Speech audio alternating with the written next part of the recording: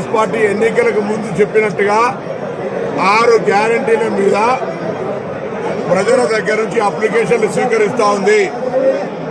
గ్రామాల వారీగా, మున్సిపల్ వార్డుల వారీగా యావత్ తెలంగాణ రాష్ట్రంలో ఈ యొక్క అప్లికేషన్ల సేకరణ జరుగుతూ ఉంది. అప్లికేషన్ కూడా ప్రభుత్వమే ప్రతి కుటుంబానికి ఇస్తుంది. వ్యక్తులుగా అప్లికేషన్ పెట్టుకునే అవసరం లే. ఒక కుటుంబము, ఆ కుటుంబానికి అవసరమైనటువంటి మా గ్యారంటీ, ఏ గ్యారంటీ మీరు ఉపయోగించుకోదలుచుకున్నారో ఆ గ్యారంటీకి సంబంధించిన అప్లికేషన్ అందులో ఆప్షన్ ఉంది. ఈ 6 గ్యారంటీలు మేము ఇచ్చిన హామీ మేరకు 28 నుంచి 6 తారీఖు జరిగే ప్రజాపాలనలో మీరంతా అప్లికేషన్ పెట్టుకోమని కోరుతా ఉన్నా. మేము అధికారంలోకి వచ్చి 20 రోజులైంది. 20 రోజుల్లో ఇప్పటికే 2 హామీలు ఆర్టీసీలో మహిళలకు ఉచితంగా ప్రయాణ సౌకర్యంతో పాటుగా ఆరోగ్యశ్రీ 10 లక్షల దాకా తీసుకున్నాం. ఇలా మహిళలు ఇప్పటికే దాదాపు 4 కోట్ల మంది 0 టికెట్ల మీద ప్రయాణం చేసినారు. త్వరలోనే కొత్త బస్సులు తీసుకొస్తాం. అన్ని రూట్లలో బస్సులు పోయే విధంగా ఆ సమయాన్ని కూడా కొంత ఎక్కువ గ్యాప్ రాకుండా ఉండే విధంగా ప్రయాణికుల సౌకర్యం కొరకు బస్సులు ఏర్పాటు చేస్తాం. ఇక టిఆర్ఎస్ పార్టీ మేము అధికారంలోకి వచ్చి 20 రోజులు కాలే. ఎవరైనా కొత్తగా పెళ్ళైతే కోడల అత్త ఒక మాట కూడా 20 రోజులు అన్నది.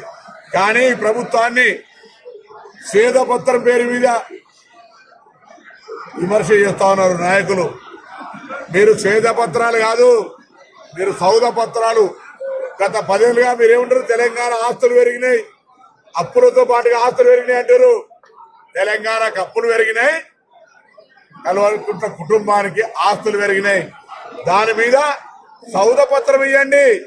ఎన్నెన్ని బంగ్లాలు కట్టిరు, ఎన్నెన్ని ఫామ్ హౌస్లు కట్టిరు, మీ ఇండ్ల విలువ 100 కోట్లు ఎక్కడి నుంచి వచ్చినాయో తెలంగాణ ప్రజలకు చెప్పండి. ఇలా కాంగ్రెస్ పార్టీ అధికారంలోకి వచ్చిన తర్వాత ఆర్థిక శ్వేతపత్రాలు, ఆర్థిక ఖజానా పరిస్థితి చూస్తే 7 లక్షల కోట్ల అప్పులమయమై జీతాలు కూడా సరిగా ఇవ్వలేనటువంటి పరిస్థితిలో ఉంది. అయినా కాంగ్రెస్ పరిపాలనా దక్షతతోటి ఇచ్చిన హామీలను అమలు చేస్తూ ప్రభుత్వ జీతాలని కూడా 1 నుంచి 5వ తారీఖు లోపల ఇవ్వాలనే విధంగా నిర్ణయం తీసుకోబోతా ఉన్నాం. భవిష్యత్తు కాలంలో అది పెన్షన్ కానీ ప్రభుత్వ జీతం కానీ 1 నుంచి 5 తారీఖు లోపల తీసుకోబోయే రోజులు వస్తున్నాయనే మాట ఈ సందర్భంగా మనం చేస్తా ఉన్నా. నేను ఈ సందర్భంగా ప్రభుత్వ ఉద్యోగులను కూడా కోరుతా ఉన్నా. ఈ కార్యక్రమం, ప్రజాపాలన కార్యక్రమం విజయవంతం కావాలంటే మీ అందరి భాగస్వామ్యం కావాలి. ఇది స్వేచ్ఛ. మీకు ఏదైనా ఇబ్బందులు ఉంటే ప్రభుత్వం వినడానికి సిద్ధంగా ఉంది.